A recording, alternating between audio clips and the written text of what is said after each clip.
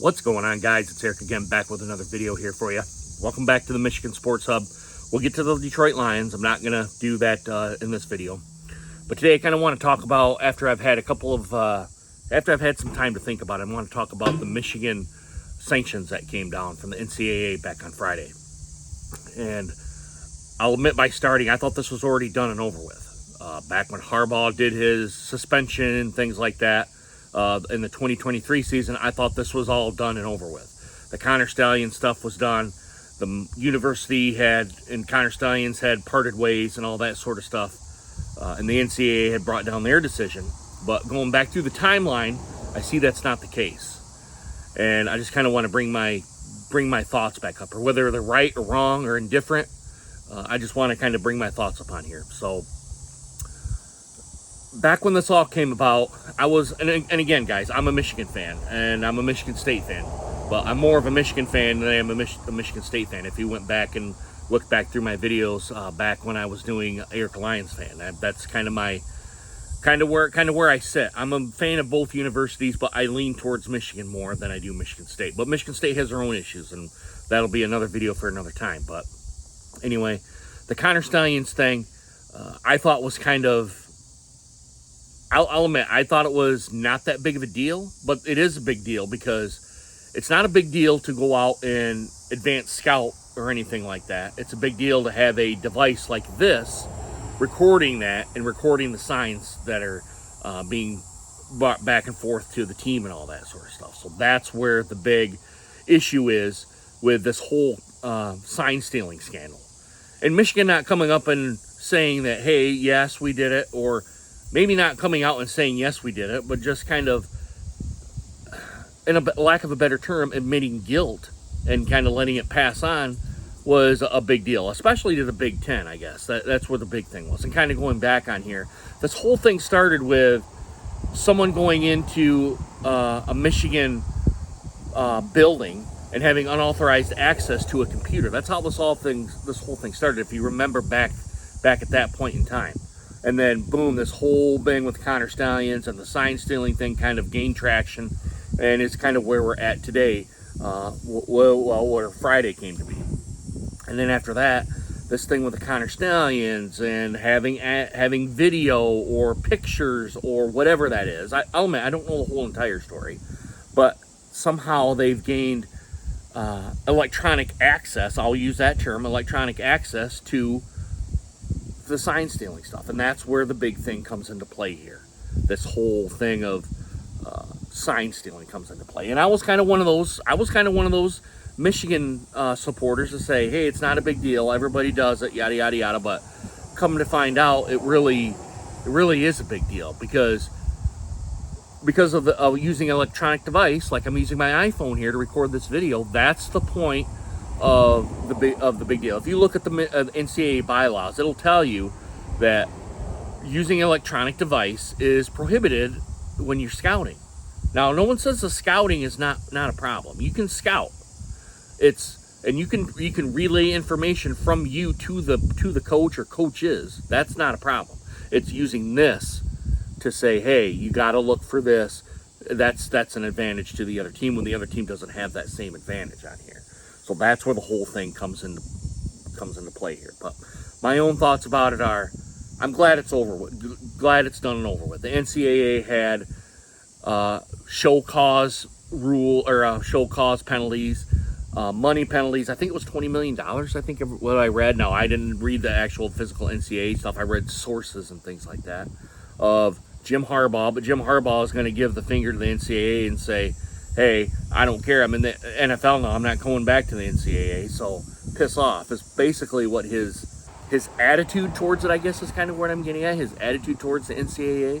And again, to be a coach in here, you got to be a big asshole. I'm sorry, but to be a coach in any sport, I don't even care if it's grade school sports, you probably have to be somewhat of an asshole to put up with parents and all the bullshit that comes along with that stuff. So his mentality is, I'll say it on here, and I don't care if it kind of gets demonetized or not, but he's probably told the NCAA, fuck you.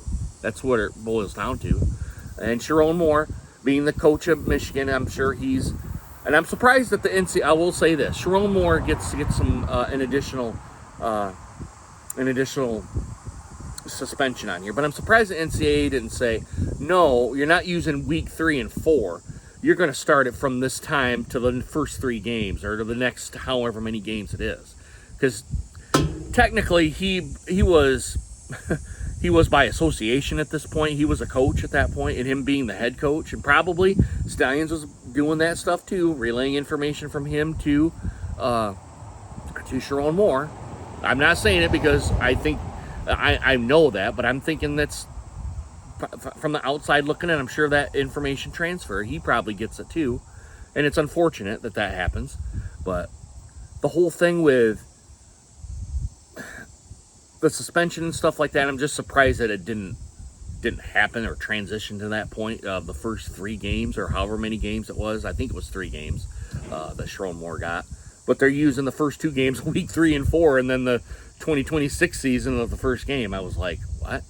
This just realizes to me that the NCAA, for current coaches and players, doesn't have a whole lot of power in all this stuff.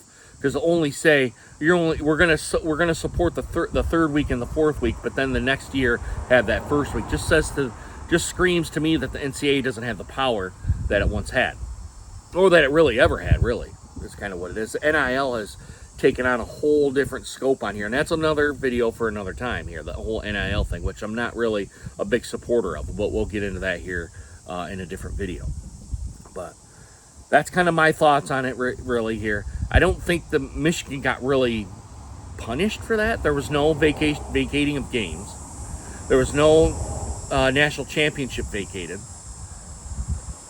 And that's kind of really all it boils down to. Michigan probably supporters got to be going, that's all we really got.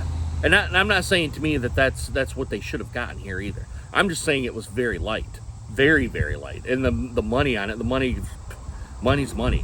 Yeah, you don't have enough money to go into some other NIL players that you kind of want, but money is just monetary loss to me.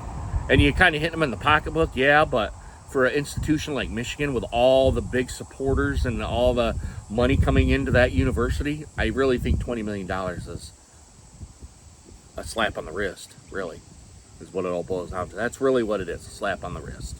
But I kind of babble on here, guys. It's kind of all over the place here. My videos are usually like that, all over the place. Let me know what you guys think. Was it enough? Was it not enough? I don't think it was enough. Being a Michigan supporter and being I try to be objective to this kind of thing. I don't think I'm a fence sitter or anything like that. I just don't think it was enough. That's what it really boils down to. Let me put it this way before I end the video. What I really think is what's happened here is, I think the national championship probably should have been vacated. Even though I'm a Michigan fan, it probably really should have been vacated. All right. I don't know if any vacating of wins would have really done anything, but the national championship would have sent a big message. Big message. The death penalty, some were saying the death penalty should have been in play here. We all seen what SMU had with the death penalty and how long it took that program to get back on its feet. I don't think the NCAA was really ready to put maybe that was on the table, but I don't think the NCAA has wanted to put the death penalty on Michigan on here, especially with the revenue that they generate into the whole entire college football and sports in general. I don't think they were really wanting to do that. Sorry about that. I don't even know where I even left off at here. I think I can't remember here, guys. It's DoorDash guy came up here, but anyway, I'm going to end it here with this video. I probably really should have had a piece of paper out here to kind of gather my thoughts. I'll probably start doing that here, just to jot some stuff down here and just so you see a piece of paper on here, kind of like how the guys do it that are in the booth and all that kind of sort of stuff. So let me know what you guys think of this video. Let me know what your thoughts are. I would really like to know what your guys' thoughts are about this whole Michigan scandal thing. Like I said before, I thought this was all said and done when Michigan and the Big Ten, originally I thought was the NCAA, had done all those suspensions for Harbaugh, and it was a done story. It was done, but apparently that was not the case with what transpired on Friday. The Friday being in August of 2025 Friday. For those of you kind of going back in time here. But Anyway, let me know your thoughts, concerns, criticisms, all that sort of stuff. Put it right down there in the comments, guys. Also, make sure you guys hit that bell notification and subscribe button so you guys get more videos just like this one. All right, guys, I really hope you guys enjoyed this video, and I hope to see you guys again soon. Deuces. Take care, guys.